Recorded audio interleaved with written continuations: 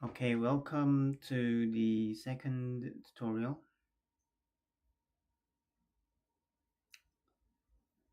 Um,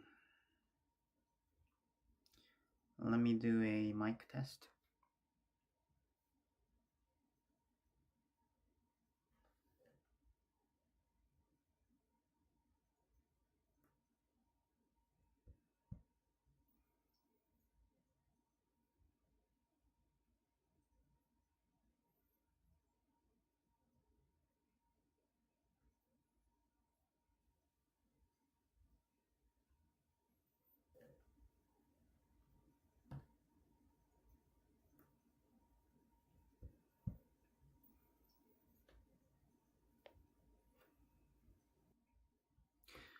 Right, I think it's all good.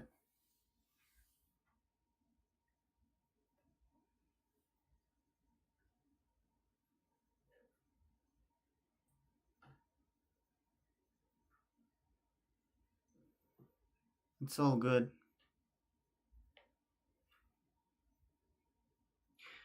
Right, I think it's all good.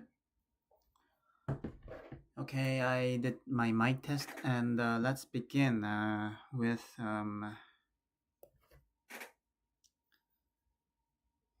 whatever we were doing. So, first of all, uh, in the previous tutorial, we learned JPA Hibernate, JDBC. So here is all the things we did.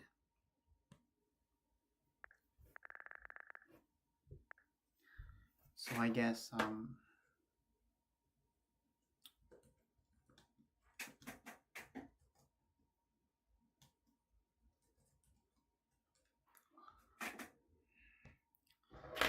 we did that.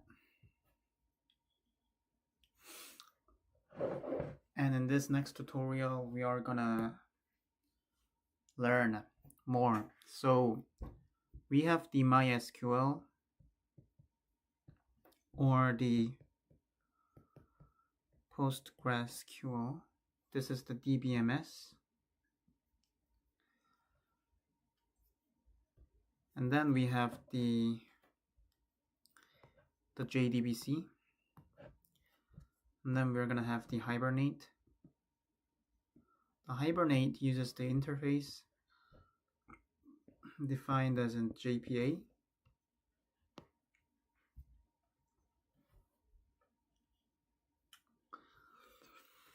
So, when I look at this, so here's the idea of ORM, basically, because this is a relational database management system.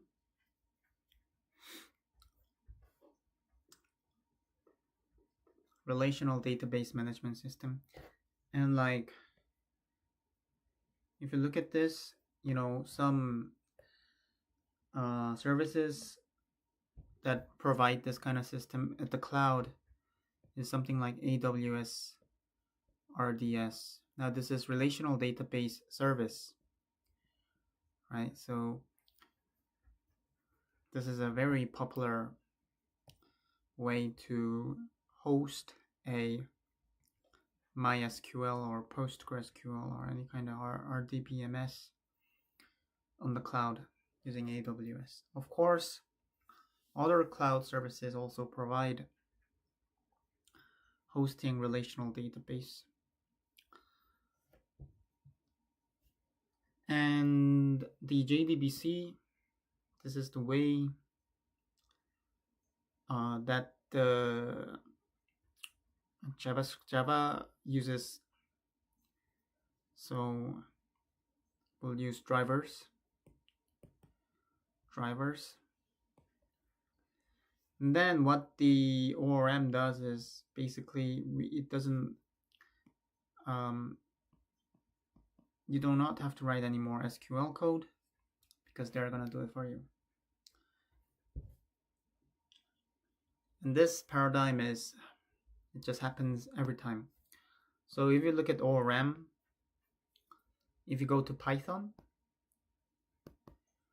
you're gonna use ORM using Django, more specifically Django ORM. You may do it using SQL Alchemy. It's really up to you. If you're using Node.js, you may use something like Prisma, type ORM, Sequelize. Maybe you are familiar with this. In these cases, Django ORM is both the interface and the implementation. SQL Alchemy too. All these Node.js ORM are both the interface and the implementation. But the thing is, when it comes to ORM in Java, JPA is only the interface and Hibernate is the implementation. Another implementation could be Eclipse Link. Is another implementation. But so what I'm trying to say is the idea of ORM, interface and implementation separation is quite common.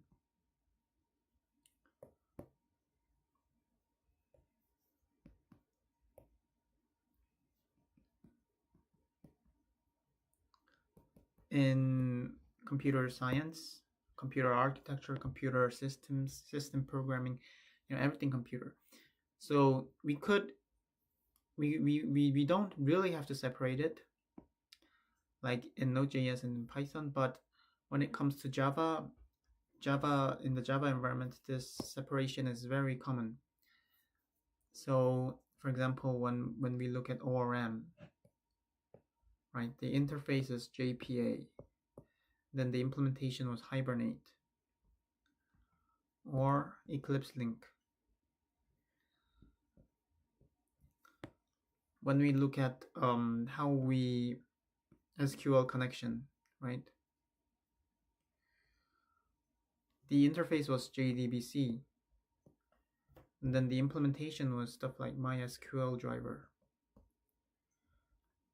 right? How we did JDBC, MySQL, something like this, right? We put this.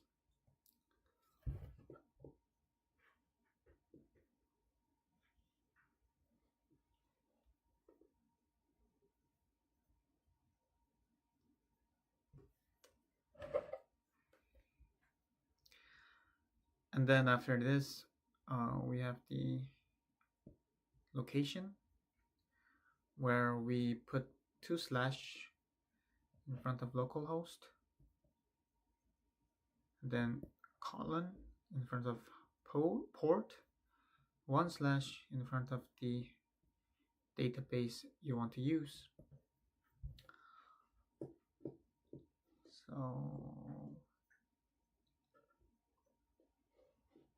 So that's how I kind of do stuff.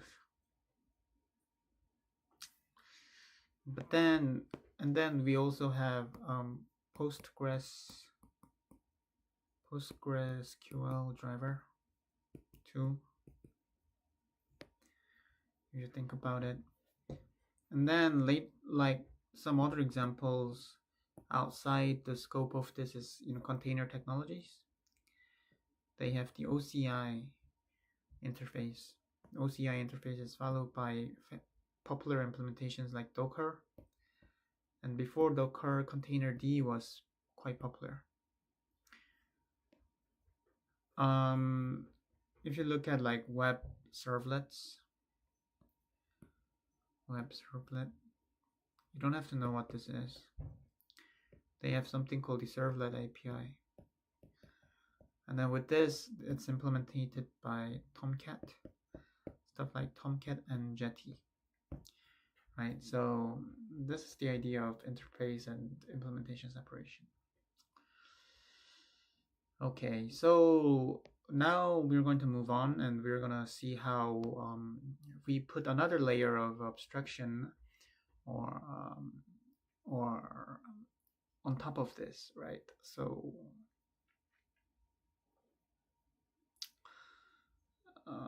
let's say we use JPA Hibernate, right? We use JPA.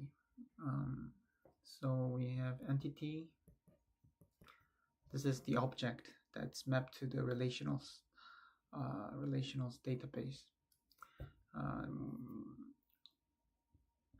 Manager. Then we have the manager, and then we use something like the factory pattern of development, and so we have persistence, create entity manager factory, and then we have something like my app, right? So what this does is in the persistence, wait, let me change the color. It's a bit late, but let me just do that. Persistence in persistence.xml, right?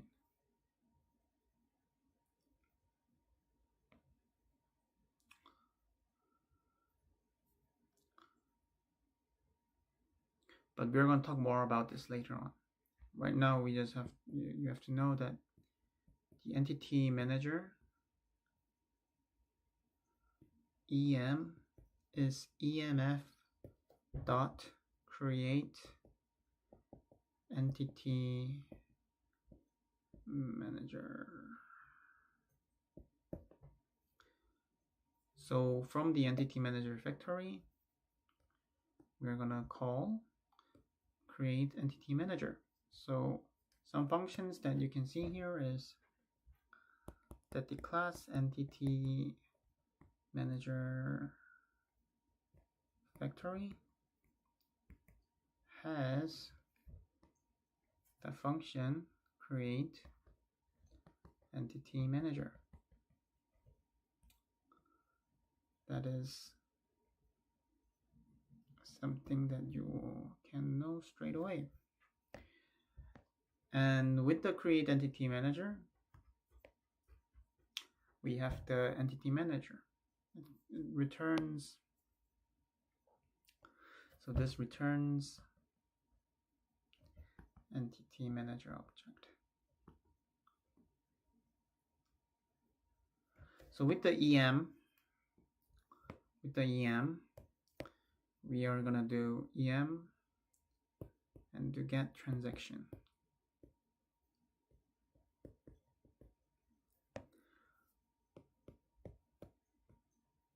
And this is some functional programming stuff right here. If you can see, there's a function and then another function followed by it. That's some functional programming shit. Some functional programming paradigm right there. Okay, now that we are done with this is some stuff that you don't really have to know too much right now. But I guess just kind of get familiar with it. And just see how Entity Manager Factory has this function, while the Entity Manager has the get transaction.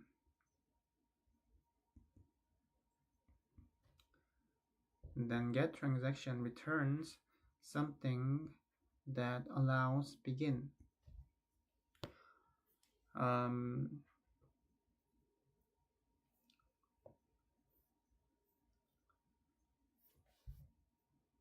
We are going to talk more about this a bit later on. So this part we talk more about later on because it's not the main part right now. And then we have user. Now that we have the user is already ready with the entity annotation and the annotation that says entity that says it's for the user relational database schema table, right? So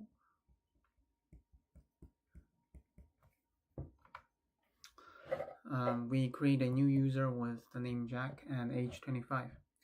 Then we do em persist user. So at this point, what we're doing is we have em ready for starting the transaction. Then we do em persist user, and then it says, okay, em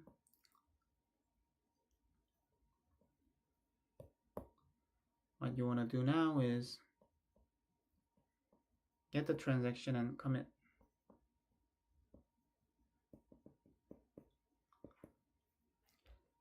And then do em.close. And we close the factory as well. So this commit says we want to commit this by doing that. Commit this em.persist that we just did. So that's kind of how databases work, really. If you listen to database, if you study DBMS, there's the concept of transactions and commits. And it's very important that you kind of know that that's how DBMS works. And because that is how DBMS works, the ORM kind of works like that too. But at least you didn't have to write the SQL code. But still, you had to do a lot of boilerplate. So all these things you have to do when you do when you want to select something, when you want to persist or add, create a new user. And then if you're also gonna do like exception handling, it even gets longer. So what Spring does here is basically it gets rid of all of this. It says, okay, then how are we gonna do this, right? Basically, the way we handle this kind of stuff in Java is we use the concept of interface, right? It's a very important concept when it comes to writing code that's simpler and abstraction, basically. So we do public. We want to create an interface, right? We want to create an interface.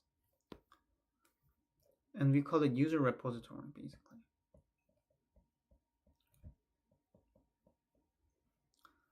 And then let me just write this part first. I'm going to explain this later on.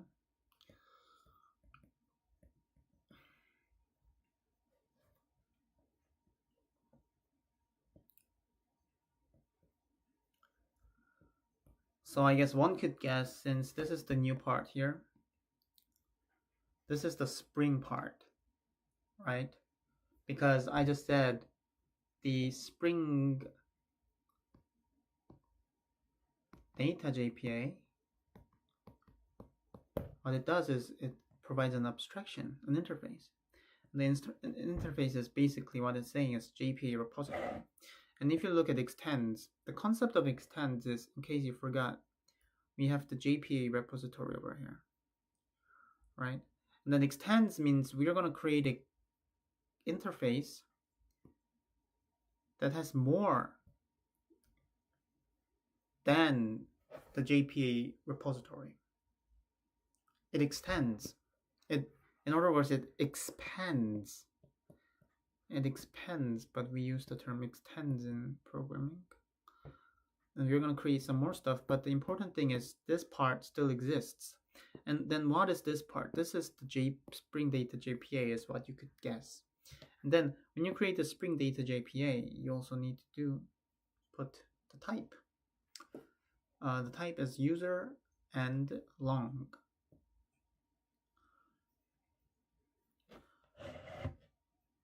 And then what this does is we want a list. We want a list,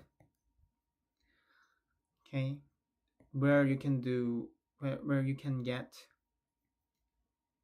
the users by the name. So the list, as you know, if you learn Java, is a data structure where you need to put the type. And then we also want another list. We say find age, find by age greater than, and then we have int age.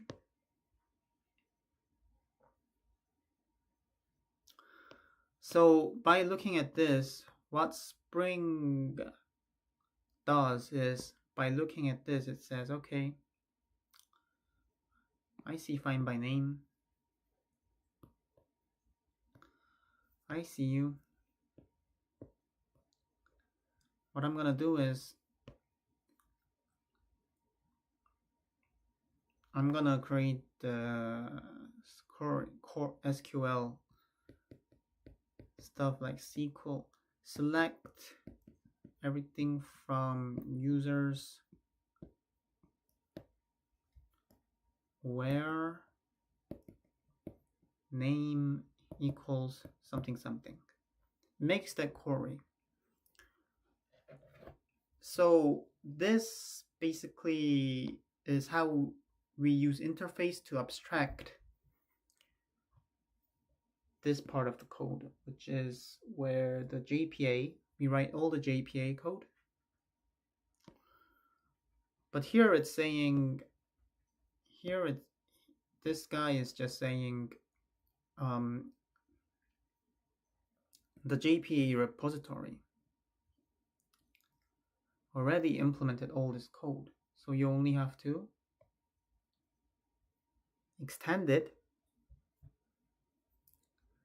And then we put some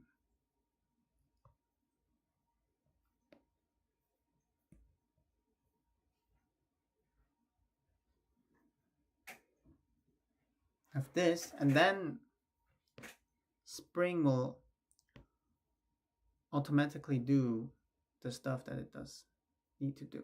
So how would we use this?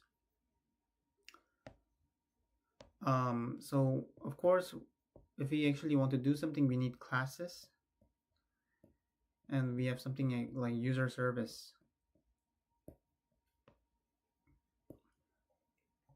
And then we're gonna have something like private final user repository.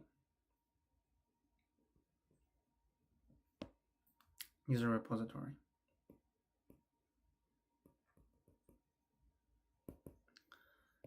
And the public user service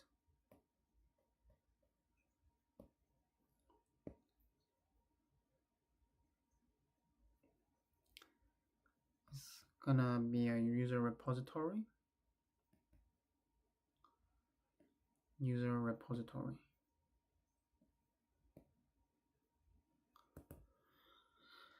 And this dot user repository equals user repository.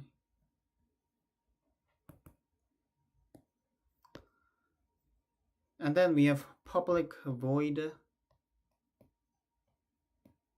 register user. Okay, and we have name and age. And then we say user equals new user. And the user repository is gonna have to save the user.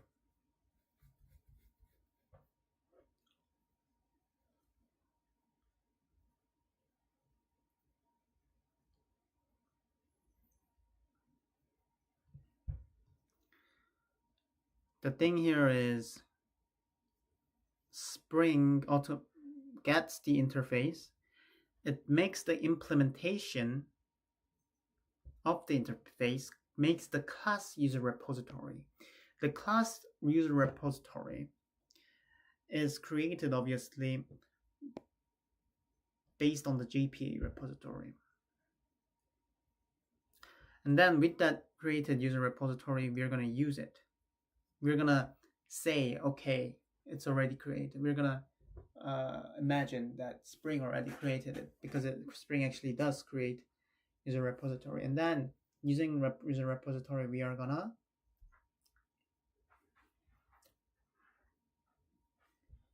create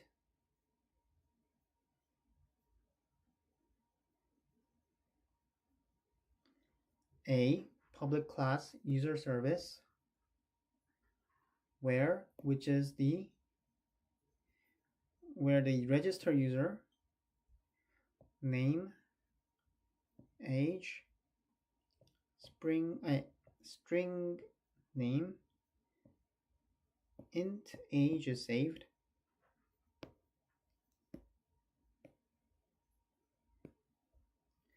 and then we are going to have public list of users find adults. So it's going to return user repository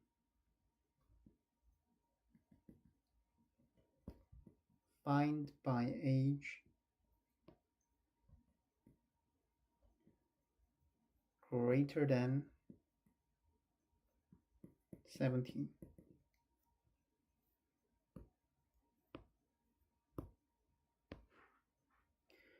So once we do that,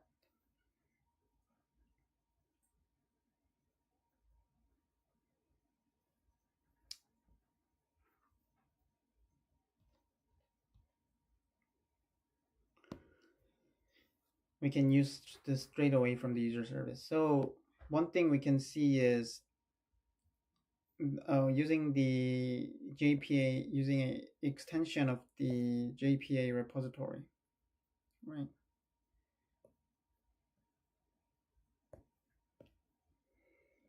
Using a extension of the JPA repository.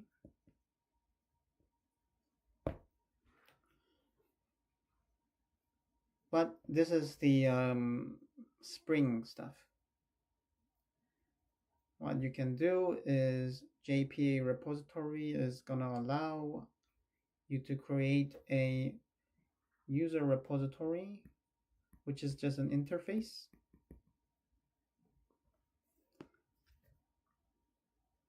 An interface user repository where you put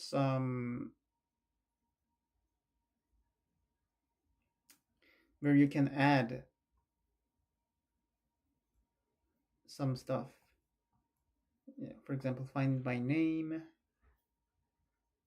and find by age greater than. You can add some functions according to your needs.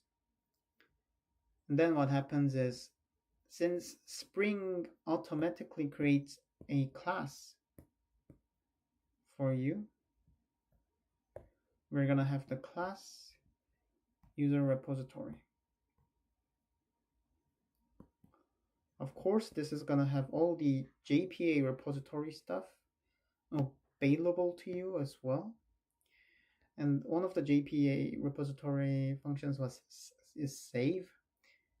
You're gonna have to learn more about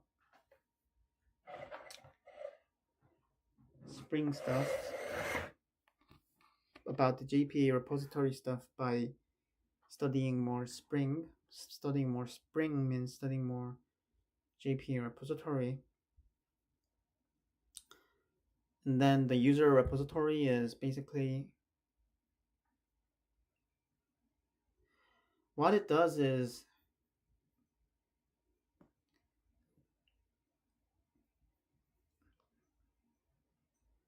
with this powerful tool in hand, you create a wrapper class called user service.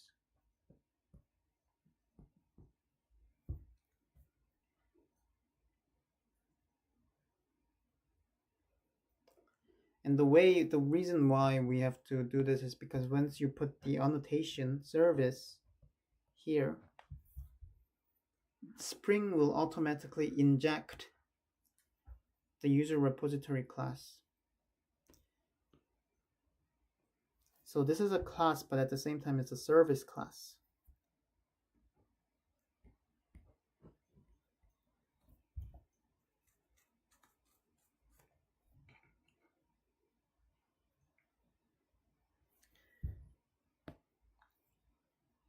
That is connected to the user repository class. So that is how Spring works, right? Spring works in two ways. It defines the JPA repository for you, and when you add additional functions and create the interface that you want, it creates the user repository class and injects it to the service annotation. Okay, and once you have this service annotation, you can freely use this by using it as a wrapper for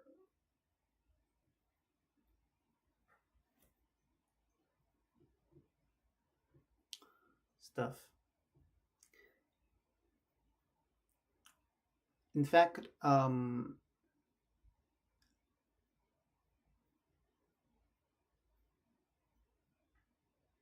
if you see the user table, user entity we created earlier,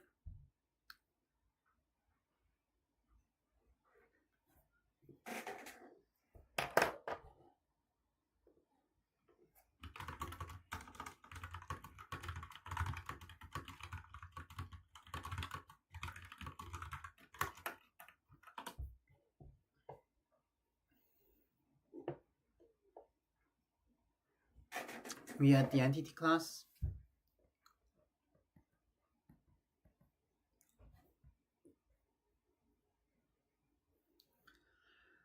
where we had the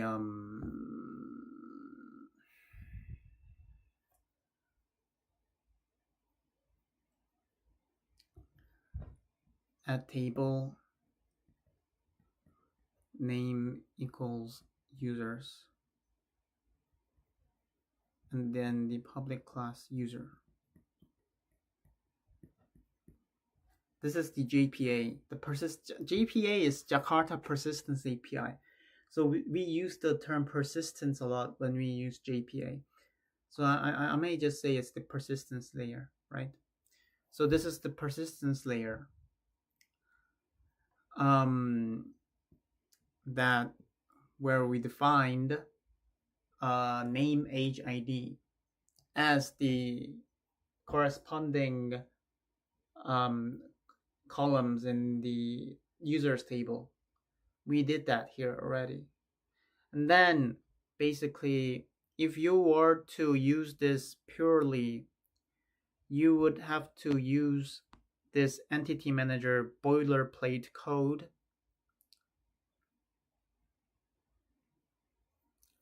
But if you don't want to write this boilerplate code, you just use extend JPA repository. Then allow Spring to inject the class user repository into a service where you use the service.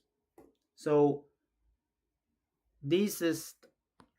the code that actually you have to write really simplifies into the basic entity, because you do have to, it is up to you to do the object relational mapping, and then you do have to code some stuff where what kind of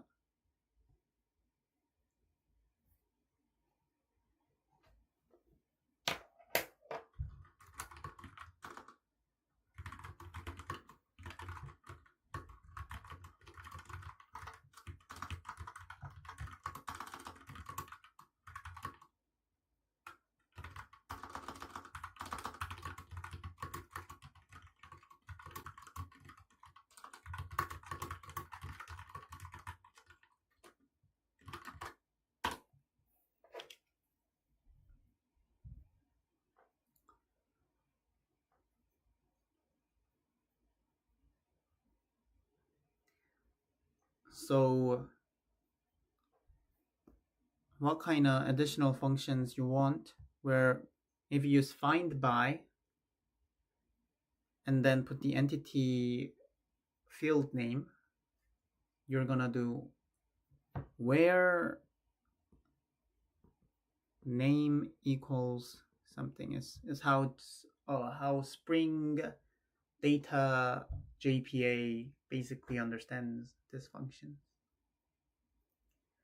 right? So this is all this is the code where Spring really does all the job, right? This is basically Spring.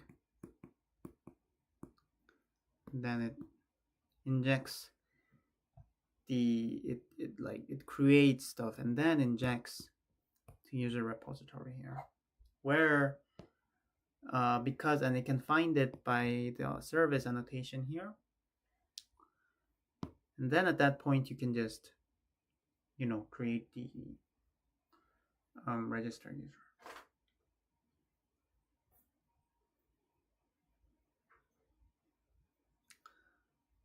You could create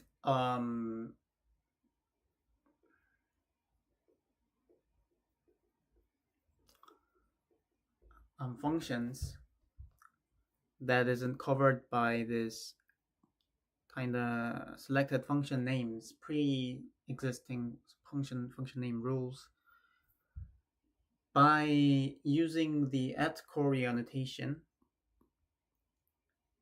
@query, and then put the SQL code, and then put your own function name and stuff like that. Anyways, that is what Spring is.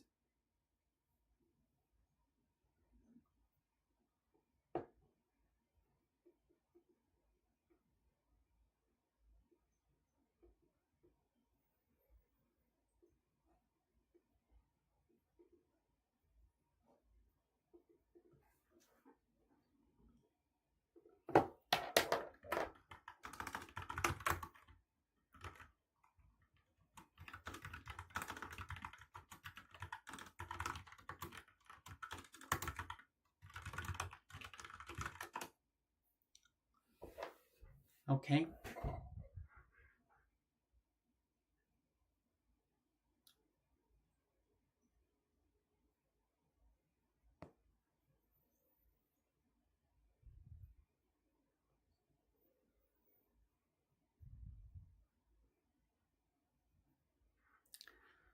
So let's kind of really delve more into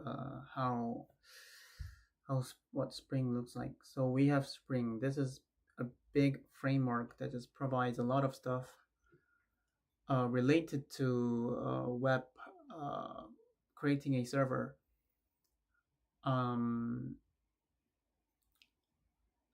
There are stuff like how you would respond to web requests, how you would deal with web security, how you would deal with configuration of your server, stuff like that. Of course, but the most important function of a database is indeed the core function is the database access, right? Just like we have core functions for everything in the world. If we go look at some computer examples, the core function of an operating system, what is it? It's to perform processes with the CPU and the memory and the cache. That's the core function. But at the same time, it has to do stuff like I/O, which is input output. It also has to do stuff like protection, so that malicious programs cannot mess up other processes or the operating system.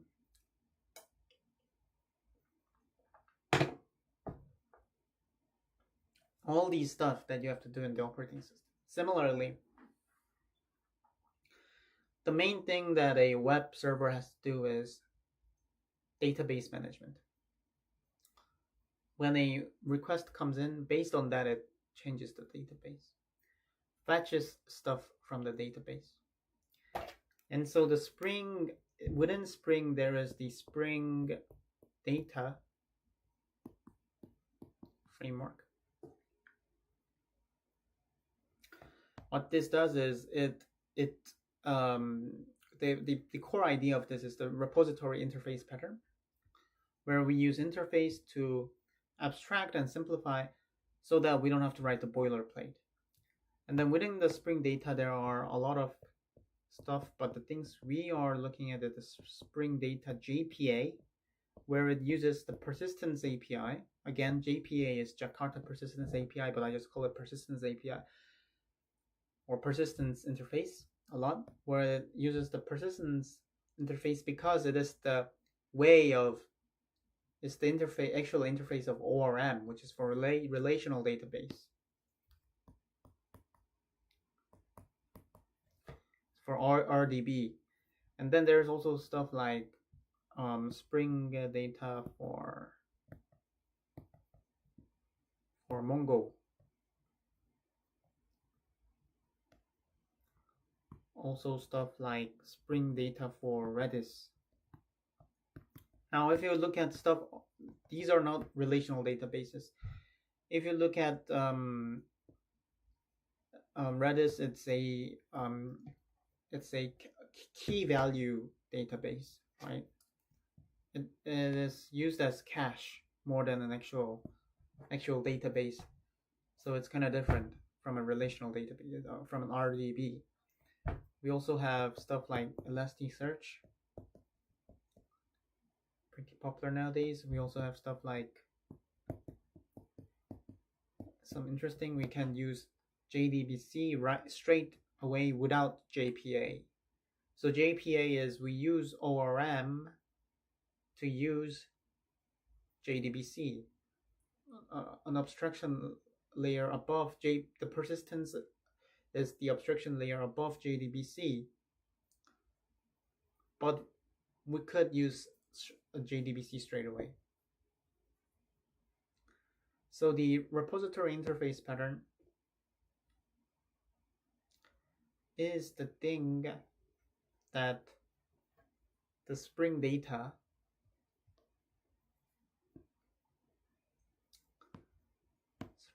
framework is going to aid you with.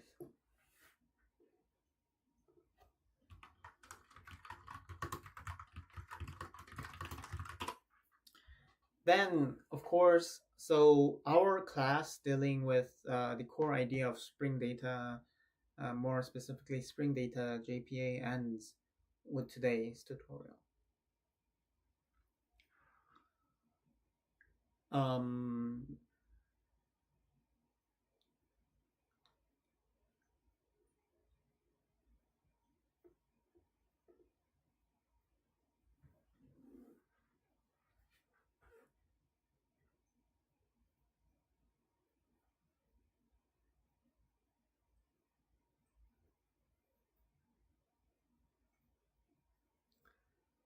In the next tutorial,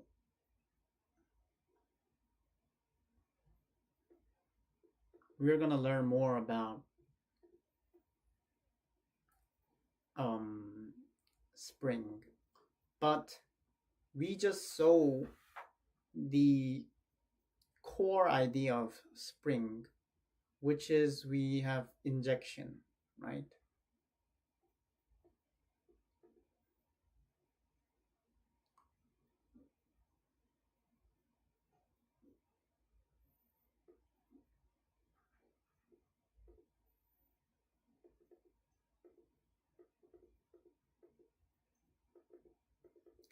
The core idea of injection is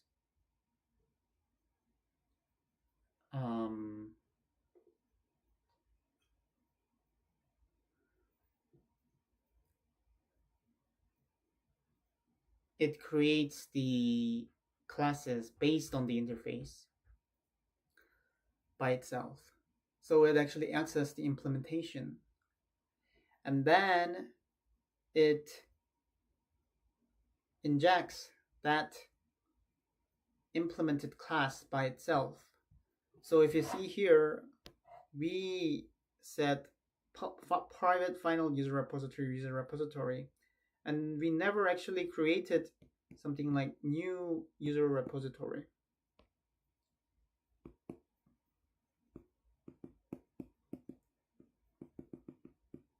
right? We never did that. Yet, Spring injected it for us so that we can use this user repository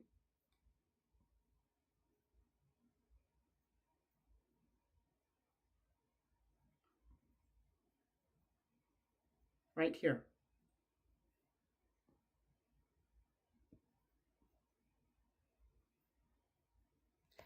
So that is so one thing we want to do is injection, and that's the core idea of Spring. And what Spring does is basically it uses this idea on Spring data, which is the core thing that does. But another, I guess, the second most core thing that they do is we also have Spring Web. We call it Spring MVC, which is basically we have the web request, and then we do something with it and give the web respond to it. And the tools that we need to implement this, Spring uses the same idea to make this possible more easily. Okay, so I think these are the two core ideas when it comes to web servers, and some more, and perhaps the third most important is security, right? Security, obviously, functionally you may say it's not important, but non-functionally it's the most important thing out of all the non-functional stuff. Okay, and then some more minor stuff. So these are the three major stuff that we need to learn. And some more minor stuff. There's Spring AOP. This is about leaving logs. Okay, and then there's also Spring transaction. This we just called Spring TX. It's about like commit, rollback, transaction manipulation management.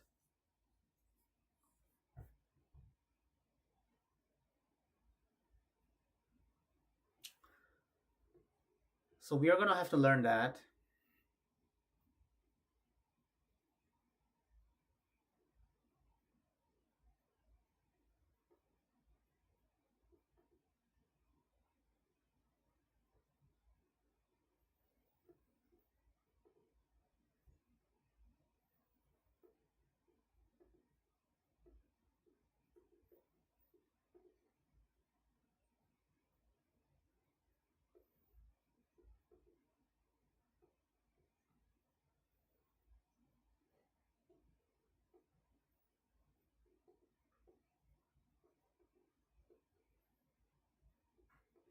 And then what Spring Boot does is it even makes this simpler, and in one XML file,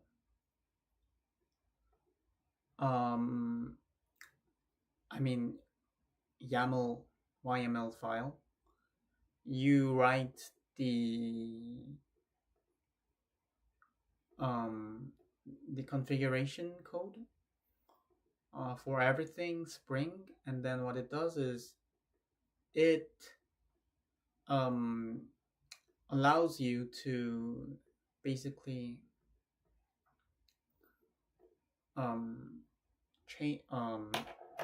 do all that Spring configuration at once. So it's very useful. And nowadays, unless you are studying Spring for learning purposes, you're gonna use Spring Boot. you're gonna use Spring Boot. But in my tutorials, we are gonna not gonna use Spring Boot, because the way this works is, if you understand Spring, it's probably gonna be very easy for you to just use Spring Boot, because it just makes everything simpler and in a configuration file. But then, if you really want to understand how Spring works, and maybe how Spring Boot works, I think you would want to really study the Spring core, how Spring works without Spring Boot. Just like how we just saw how, we just, to study Spring Data API, Spring Data Framework, we studied JPA, we studied persistence layer, right? To study persistence layer, to study what it does, we studied ORM. To study ORM, why ORM exists, we studied JDBC, which is using DBMS drivers directly, how it does it.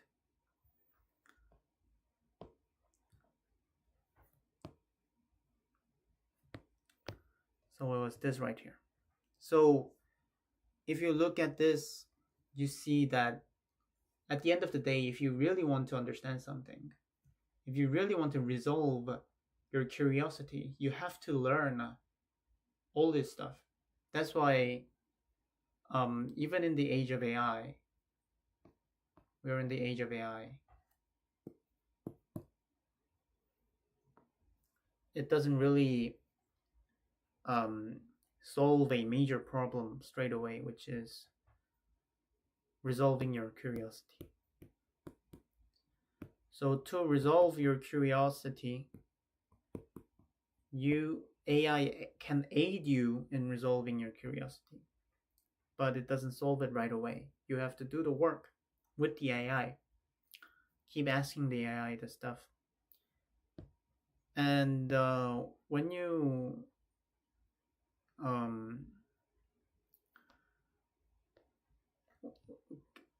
get into college and study databases and operating systems, computer networks, and all that, you're gonna know how things work, why those things work like that.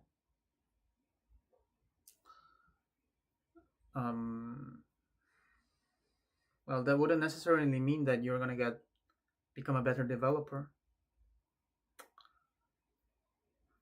but that helps with, at least it resolves your curiosity, and to me that's kind of important. So that's it for today.